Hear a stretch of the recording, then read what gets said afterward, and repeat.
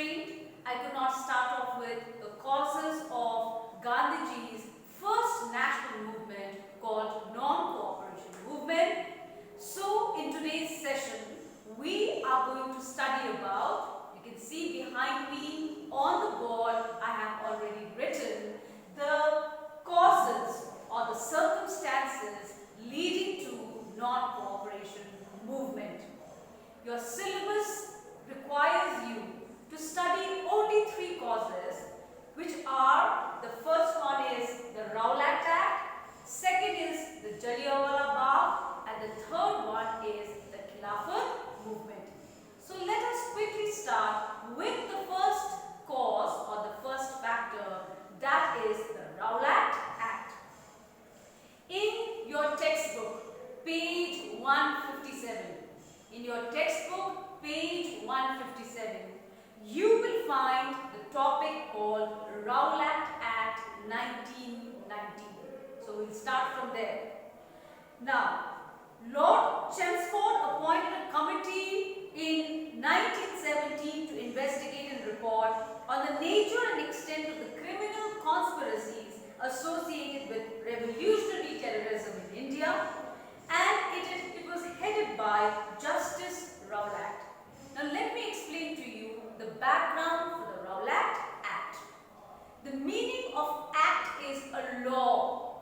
Anything which is passed by the law or the judiciary, alright? Or for example, when you're doing civics also, you must have already learnt by now that if the House passes a bill, then the bill will become an act. In the context of the Indian Parliament, we have Rajya Sabha and Lok Sabha.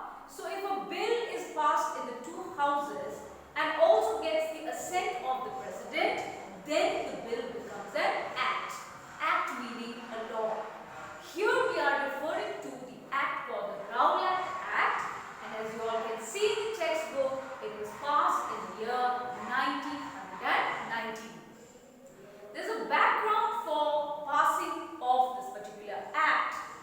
If you just look up in your textbook, you will see Montague-Chelmsford Reforms or the Government of India Act of 1919.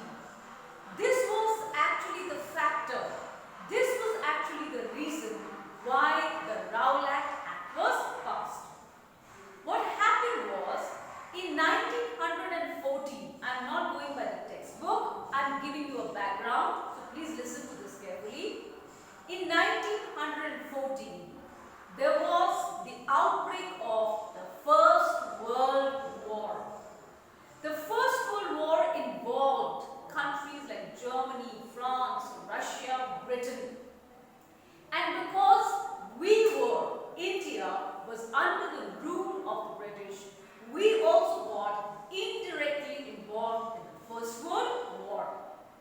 Later, while I am doing my contemporary history chapter, I will explain to you in detail about the First World War, and then you can compare with this particular circumstance. Now what happened is that when the war was going on, Britain was not very much prepared to fight against the group, right, which was being led by Germany, which was being led by Austria-Hungary and Italy. Therefore, after initial losses, Britain realized that maybe the end result of the war might not be in favor of their group. That is why it required the help of the colonies. For this, in 1917, in 1917, the August Declaration was made, where the British promised to the Indians that if they helped the British, with their men, money, materials during the war, then after the end of the war, British government would also reward the Indians with something which is very, very fruitful. This kind of promise, this kind of agreement was made between India and the British government because of this August Declaration. Now when this happened, right,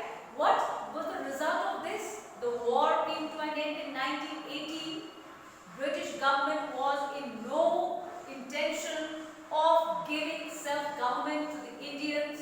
We all know that the British were again playing their own policy of divide and rule, and this led to the Indians becoming so upset that they came out on the streets, started with their processions, started with their protests, started with the rallies, writing against the British government, criticizing them for their policies, and it became absolutely difficult for the British government to control the dissatisfied Indians. You can imagine the situation in India. Britain had won the war. In spite of that, the promises that they made to the Indians were not fulfilled. This is the result of this kind of chaotic situation which was created in 1918, and in 1990, one act was passed called the Montague-Chelmsford Reforms, or the Indian Act of 1919, which promised the Indians that they would help them in education and give employment, etc. But the freedom, Swaraj, this entire freedom of Swaraj was not mentioned in the act. And again, the Indians started protesting. When it became difficult for the British government to handle this chaotic situation, they decided to use some repressive measures, and this is the reason why the Rowlatt Act was passed. So I hope I have explained, and I hope I have understood, you have understood, right, why the Rowlatt Act was passed. The entire task of framing this act was given to a lawyer called Justice Sidney Rowlatt. He was the mastermind, he was the main person who had to sit through this entire task of framing the rules. Now, on the report of the Rowlatt Committee, also known as the Sedition Committee, two bills were introduced in the Central Legislature in 1919. One bill was passed and came to be known as the Rowlatt Act. Initially, when I started this class, I told you how the bill becomes an act. So, the Sedition Committee also, the Rowlatt Committee also sat together, passed two bills. The first bill is called the Rowlatt Act. According to this act, special courts were set up for the speedy trial of offences. The act gave enormous powers to the provincial government and the police and curbed the civil liberties of the people. The provincial government could order any person on suspicion to notify his residents, reside in a particular area and report to the police, and the police could search a place and detain or arrest a person without any warrant or trial. I will give you three provisions of the Rowlatt Act. First one is arrest without warrant. First one is arrest without warrant. All of you are conscious citizens. Today, most of you are aware of our rights and liberties. And one of the rights that we have is that no one can be arrested without warrant. But in those days, when the Indians came out on the streets, when they protested and they also showed their anger towards the British government, the British, in order to curb, in order to, we can say, just end this kind of situation, they used strict measures like arresting Indians without warrant. So anybody walking on the street with their own personal reasons could be arrested. On suspicion, houses and villages could be raided. Anybody could be picked up. Innocent people were picked up and therefore they were arrested. So the first provision was arrest without warrant. Second one was suspension of the writ habeas corpus. Anyone who is arrested also has the right to appoint a lawyer. You might be a criminal of the highest degree, yet you can have a lawyer who can fight for you. You can prove or you can justify your innocence. In meaning once you are arrested, you could not appoint any lawyer or nobody could fight for you. You also had in-camera trial. Third is in-camera trial. Once arrested, sometimes these people were tortured. Sometimes the family members also had no information regarding the arrest or the deportation of their family members. This was the strictest measure that the British government could take in order to curb the situation which was happening in India at that point of time. But do you feel that such kind of measures would pacify the Indians? Do you think by adopting such measures, the Indians would put an end to their protests? Not at all. Because the next repercussion of this was the Indians were even more angry. Remember, we had a good set of educated Indians, intelligent Indians. We had a good set of Indian lawyers, and for these people, educated people, innocent people, they felt that this was injustice. We had helped the British during the First World War, but what did we get in return? In 1919, we received the Rowlatt Act. Gandhiji organized Satyagraha campaign and appealed to the government to withdraw the act, and All India Hartal was also organized on 8th of April 1919, and meetings were held in different parts of the country, and Gandhiji was supported by nationalist leaders and masses. Gandhiji returned to South Africa. Do you remember in my previous lecture, I spoke to you about Gandhiji going to South Africa, where he also met the same kind of injustices.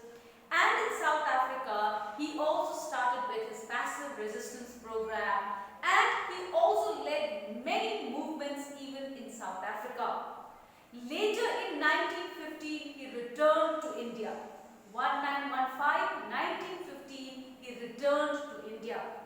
When he returned, at that time he saw the situation in India, especially Indian politics, was already dominated by stalwarts like Tilak, Aurobindo Ghosh, Bipin Chandra Pal, etc. So he had to start as a very, very simple leader initially. Later, he staged Satyagraha movements in Champaran, Kheda, Ahmedabad. These are the areas, right, where he started his Satyagraha movements, and slowly and gradually Gandhiji became a very, very popular leader among the masses. For the poor, for the rural people, for the villagers, he became a hero. When the Rowlatt Act was passed in 1919, and Gandhi himself is a lawyer, he decided to lead the movement. So on the 8th of April 1919, meetings were held in different parts of the country. Gandhiji, now supported by the nationalist leaders and masses, decided to go for a bigger protest movement, to go for a national movement by the name of non-cooperation movement. So I hope you have understood the first factor, which is the Rowlatt Act. Let us now move on to a very tragic factor called the Jallianwala Bagh tragedy. When Gandhiji was organizing Satyagraha campaigns against Rowlatt Act, Sir Michael Dyer, the Lieutenant Governor of Punjab, angered the people of that province with his repressive measure. He ruthlessly suppressed the rights of the people and insulted the educated classes, and on 30th March and April 6, 1919, two peaceful strikes were organized in Amritsar in protest against the Rowlatt Act. Because on April 9, two prominent Congress leaders, Dr. Satyapal and Dr. Kichlu, were deported. A strike was immediately declared and protesters marched through the streets of the city. What you need to understand here is, now Gandhiji took the responsibility of leading the protests against the Rowlatt Act. So people came out on the streets, rallies, processions, dharnas, alright, criticizing with newspapers, writing journals, articles, all this continued. During that time, when peaceful protests were organized, two Congress leaders got arrested. Two Congress leaders got arrested on April 9, namely Dr. Satyapal and Dr. Kichu. Indians, peaceful protest, and they have a valid reason to do so. Then what happened is, as soon as the news of this arrest spread throughout India, Gandhiji decided to go to Amritsar, alright, and hold a very, very peaceful gathering there in Amritsar. Now, a strike was immediately declared because the two leaders had been arrested. Protesters marched through the streets of the city. The police opened fire on the unarmed protesters, and the crowd murdered 5 Europeans and burned down buildings in retaliation. General Dyer issued a proclamation on April 12th prohibiting all meetings and gatherings. Since this proclamation was announced in the evening, many people were not informed. So as soon as the news of the arrest came out, people just came out on the streets. Many of them were arrested, as you can see here. The strikes were also declared.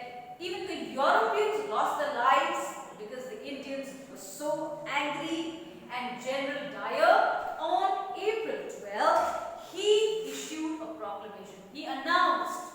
What did he announce? Because he got the information of what was happening in the streets. He announced the prohibition of all meetings. He said, from now on, nobody will come out on the streets. No leader will give any kind of political speeches. No one is going to demonstrate against the government. This was General Dyer's order on the 12th of April. No gatherings. But the announcement was done in the evening. The timing was not right. Because the announcement was made in the evening, many people were not informed. And when I'm talking about 1919, alright, I'm talking about that time when we did not have these methods or these means of communication. Mass media was not there. It was only done through print media was there, done only through newspapers or radios, and very few houses had radios and television. Therefore, the information could not be passed on to many. What happened later? On 13th April 1990, on Vaisakhi Day, a public meeting was organized. 12th April, it's declared you will not have a public meeting. Because people were misinformed, on 13th April, most of the people decided to have a peaceful gathering in a park called Jallianwala Bagh at Amritsar. It's going to be a peaceful prayer meeting. People will come, and because I'm saying peaceful, nobody is going to come armed or with lathis or with weapons, etc. Just for a prayer gathering. The Jallianwala Bagh was an open space surrounded by houses on 3 sides, had only one narrow entrance. General Dyer stationed his troops at the entrance and arrived on the spot with the troops and rifles. He then, without issuing any warning, ordered his troops to open fire on the dense crowd of men, women and children. This Jallianwala Bagh tragedy, alright, it's known to almost all the Indians.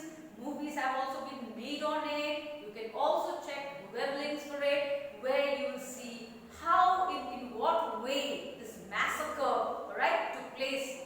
So, because it was a peaceful prayer meeting, everybody gathered there. So, you had a lot of crowd. But what was very unfortunate was this bar or this park had only one entrance and one exit. It was surrounded by tall buildings on all sides, and it had one narrow entrance and only one exit. The same entrance was used to exit as well.